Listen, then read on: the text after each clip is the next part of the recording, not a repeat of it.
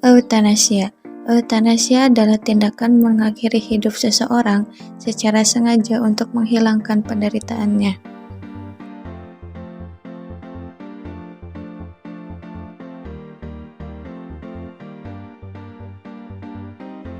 Di desa Cinangsi terdapat keluarga yang tidak mampu dari berbagai aspek kebutuhan.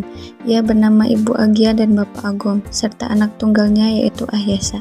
Akan tetapi suami dari Ibu Agia 4 bulan lamanya meninggal dunia diakibatkan kecelakaan maut di tempat. Ibu Agian kini tinggal bersama anaknya yang sebatang kara. Ibu Agian menjadi tulang punggung keluarga. Pekerjaan Ibu Agian ialah penjual kerupuk di jalanan.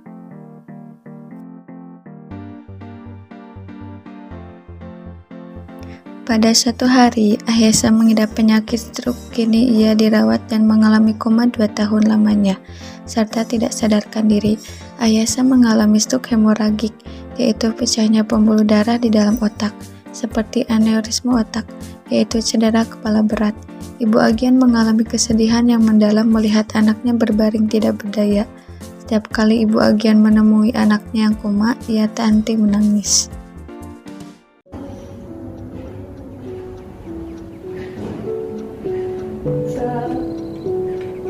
Ini sudah 1 tahun,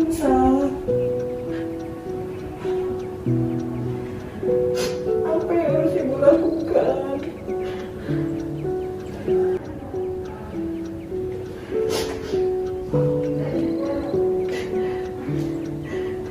Bingung sekali, apa yang harus ibu lakukan? Bangun,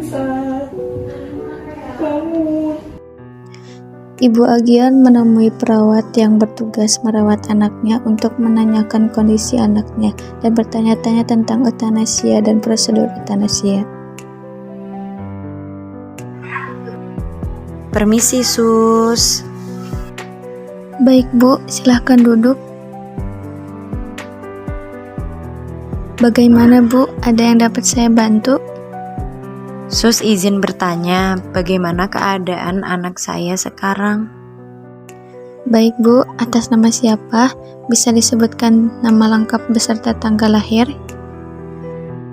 Nama anak saya Ahyesa, tanggal lahirnya 23 November 2001. Baik, Bu, terkait kondisi anak Ibu sekarang, sampai saat ini belum ada perkembangan. Ibu tetap sabar dan selalu berdoa ya, Bu, untuk kesembuhan anak Ibu. Oh iya, Sus, izin bertanya, eutanasia itu apa ya? Jika ada, apa saja, Sus, prosedur dari eutanasia ini? Izin menjawab ya, Bu. Eutanasia itu adalah suatu tindakan untuk mengakhiri hidup seseorang dengan tujuan menghilangkan penderitaannya. Baik, Bu, untuk melakukannya eutanasia ada beberapa prosedur. Dan prosedur yang pertama yaitu meminta persetujuan kepada dokter yang menangani pasien. Yang kedua, meminta persetujuan kepada kepala rumah sakit. Yang ketiga, meminta persetujuan kepada ketua RT setempat. Dan yang terakhir, persetujuan dari pengadilan, Bu. Seperti itu. Sus, sebelumnya terima kasih. Saya hanya ingin mengetahui mengenai eutanasia ini. Jikalau begitu, saya izin pamit ya, Sus. Terima kasih, Sus. Baik, Bu, sama-sama.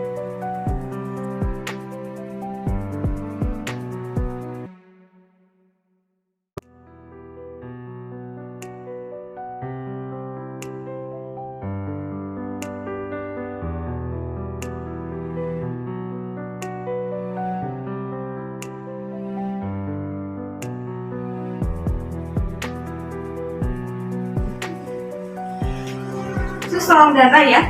Baik, Dok.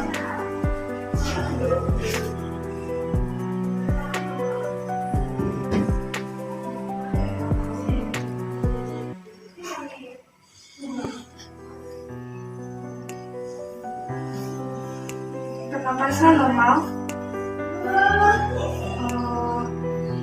Detak jantungnya agak lemah.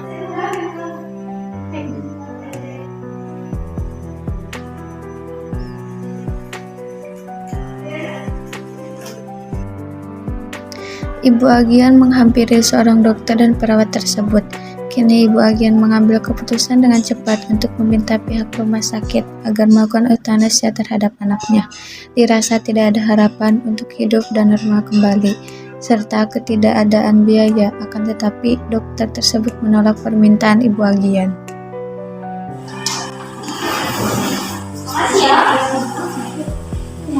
Dok, saya boleh ngobrol sebentar, Dok?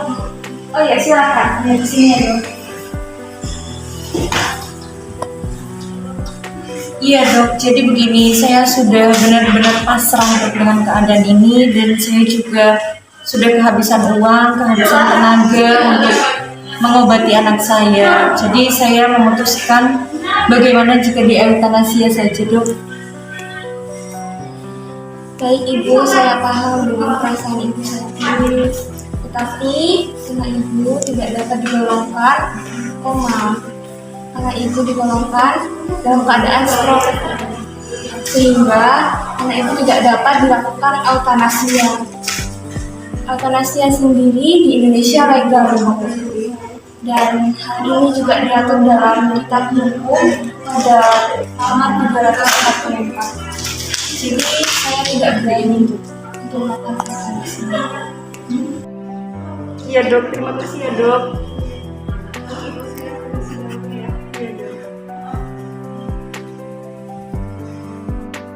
Dalam istilah kedokteran, pasien mengalami gangguan komplikasi digolongkan sebagai stroke, sehingga tidak ada alasan untuk melakukan eutanasia.